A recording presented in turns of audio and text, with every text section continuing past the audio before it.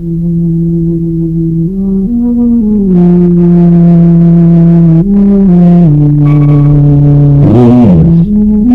em nosso respeito são relíquias do passado. Algumas não mais velhas do que ontem. Algumas apenas na memória de nossos avós.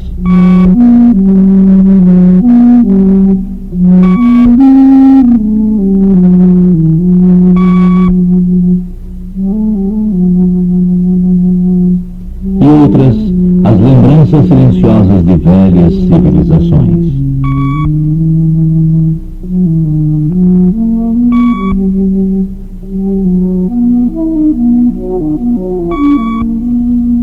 Alguns desses povos desapareceram, deixando apenas suas ferramentas ou habitações vazias.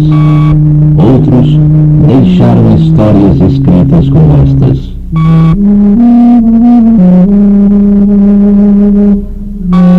Ou como esta, enterrada no monte na América do Norte, quase 1.600 anos atrás. Depois da grande batalha em Cumora, os nefitas que conseguiram escapar para os países do sul foram perseguidos pelos lamanitas, até que foram todos destruídos. Ficando eu sozinho para escrever o triste relato da destruição do meu povo.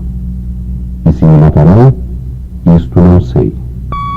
Portanto, escreverei e ocultarei os registros na terra. E não importa o que me possa suceder depois. Assim, Moroni, um profeta que viveu no continente americano, descreveu o trágico fim de seu povo, os nefitas. Por séculos, os registros ficaram escondidos e sua história esquecida, exceto nas memórias dos anciãos, repetida nas canções e nas lendas. A história de um povo poderoso, certa vez abençoado por um grande Deus branco que os visitou pessoalmente e curou os seus doentes, e lhes ensinou o verdadeiro modo de vida e prometeu voltar. Sua história começa 600 anos antes do nascimento de Cristo, quando um grupo da casa de Israel deixou seus lares na Palestina e cruzou os oceanos sob a inspiração de Deus.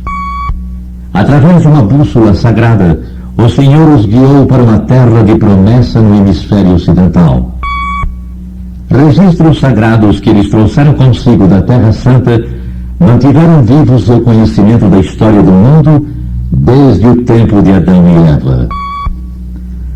Contendo muitos dos mesmos escritos dos santos profetas que apareceram no Velho Testamento, eles também conservaram uma história de seu próprio povo, registrando as profecias e revelações que também haviam recebido de Deus.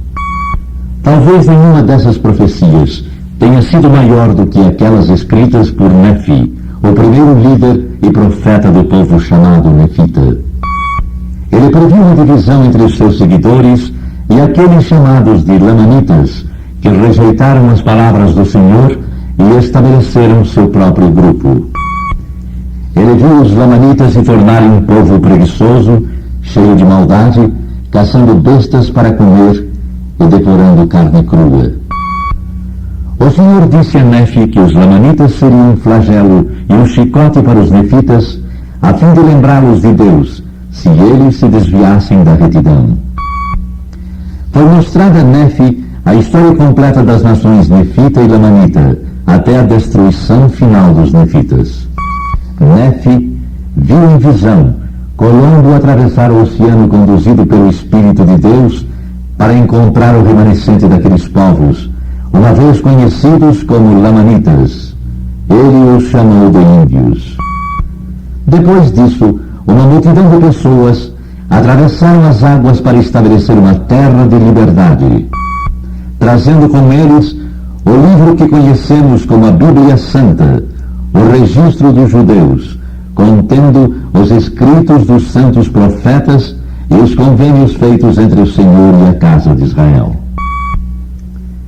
Nefi viu que naqueles dias os registros de seu povo que estavam escondidos seriam adicionados aos registros dos judeus para restaurar muitas verdades claras e preciosas do Evangelho.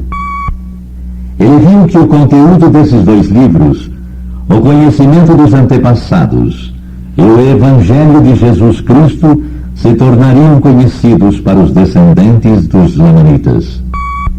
Entretanto, maior que tudo, foi a visão que Nefe teve do Salvador, seu nascimento na terra de Jerusalém e seu ministério. Nefe ensinou o seu povo a aguardar a vinda de Jesus Cristo e a obedecer aos mandamentos de Deus.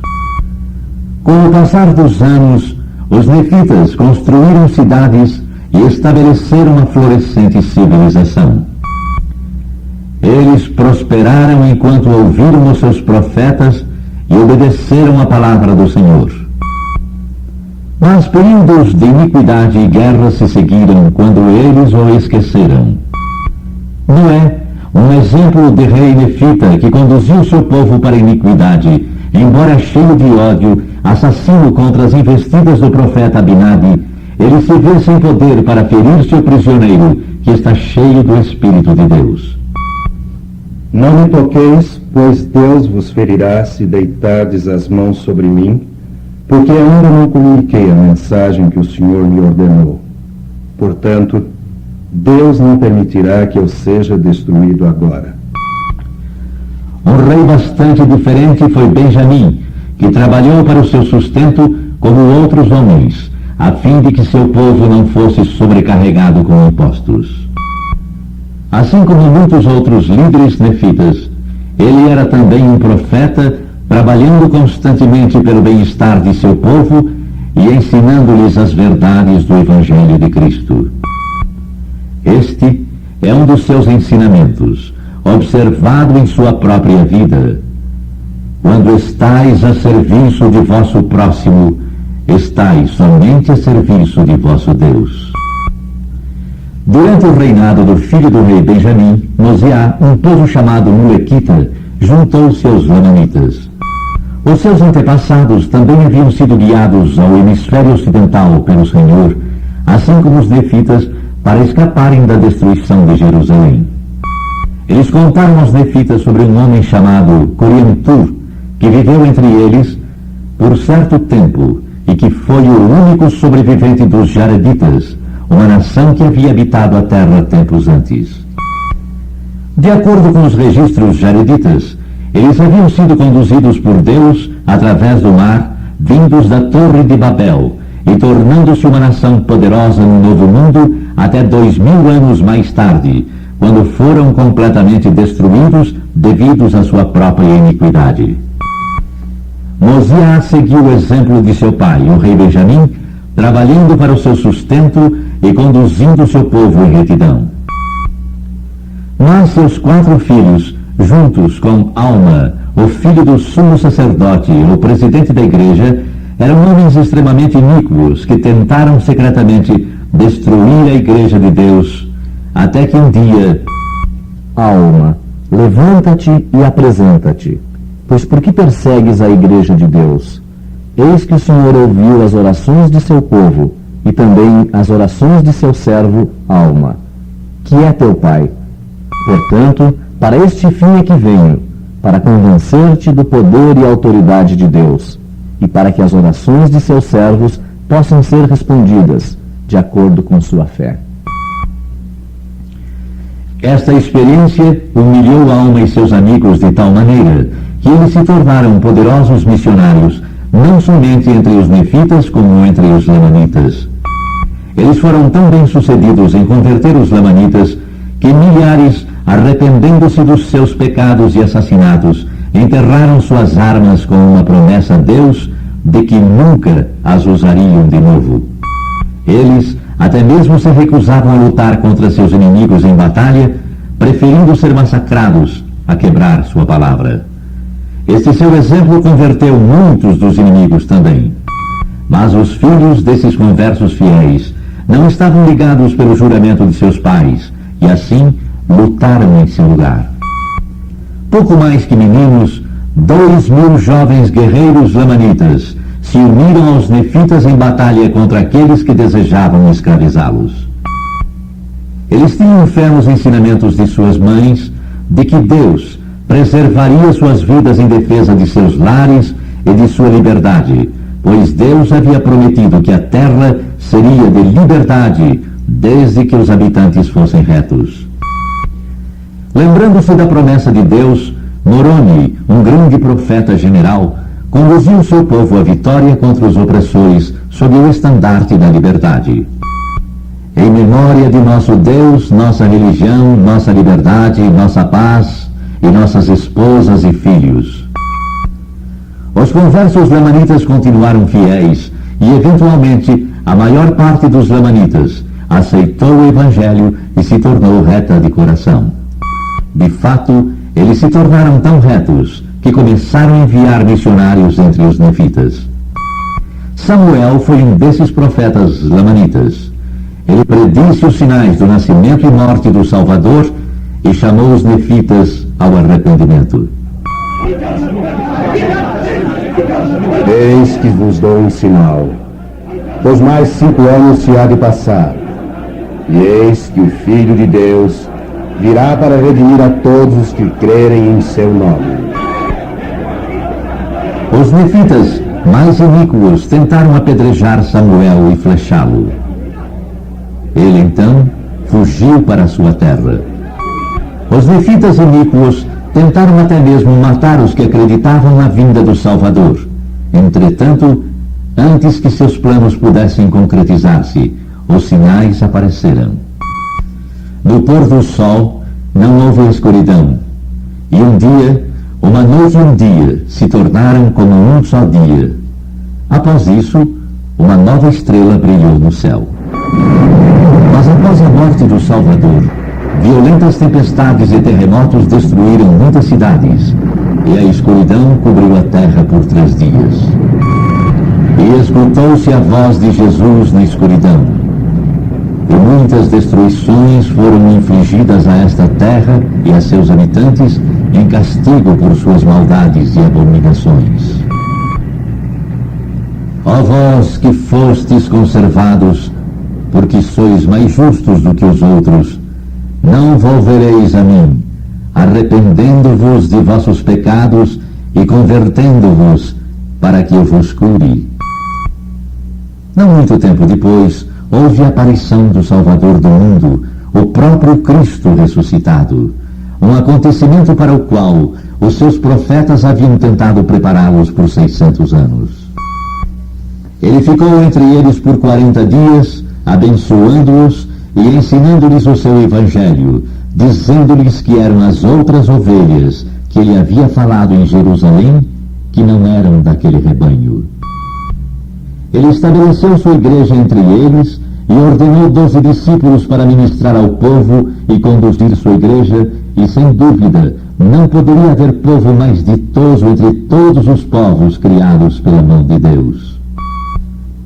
Ainda assim, os nefitas, 400 anos mais tarde, entravam numa batalha de destruição com os lamanitas por haverem deixado de lado os ensinamentos do Salvador.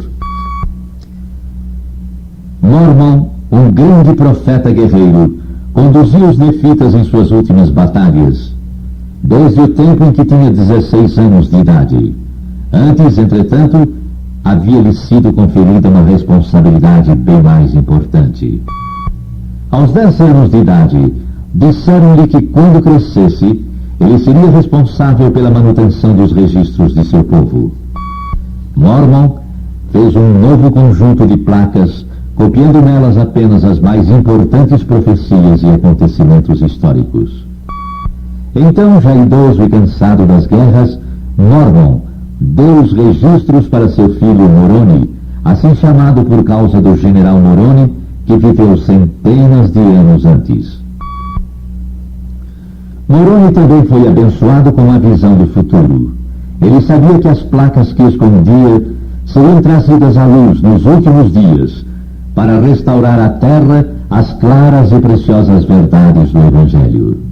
O registro é de grande valor, e aquele que o trouxer à luz será abençoado pelo Senhor, porque ninguém terá poder para trazê-los à luz, a não ser que tal poder lhe seja dado por Deus. Sim, virá um dia em que se ouvirá falar de incêndios, tempestades e vapores de fumo em terras estrangeiras.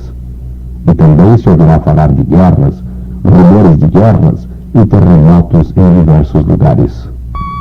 Sim, virá um dia em que houver grande corrupção sobre a face da terra, e haverá crimes, roubos, mentiras e toda sorte de abominações. Moroni sabia naqueles dias que as orações dos fiéis seriam ouvidas, e todos os que degeneraram em incredulidade não serão esquecidos, porque os que serão destruídos lhes falarão da terra, e suas palavras serão como um murmúrio de pó. E eis que vos falo como se estivesseis presentes, e entretanto não estáis. Mas por Jesus Cristo me fostes mostrados, e conheço as vossas obras. Eis que vos falo como se falasse dentre os mortos, porque sei que ouvireis as minhas palavras. E quando receberdes essas coisas, eu vos exorto a perguntardes a Deus, o Pai Eterno, em nome de Cristo, se estas coisas não são verdadeiras. E se perguntardes com um coração sincero e com real intenção, tendo fé em Cristo, Ele vos manifestará a sua verdade disso pelo poder do Espírito Santo. O registro com sua sagrada promessa aos que leram em oração foi de fato trazido à luz, traduzido pelo dom e poder de Deus, e publicado ao mundo como o Livro de Mórmon.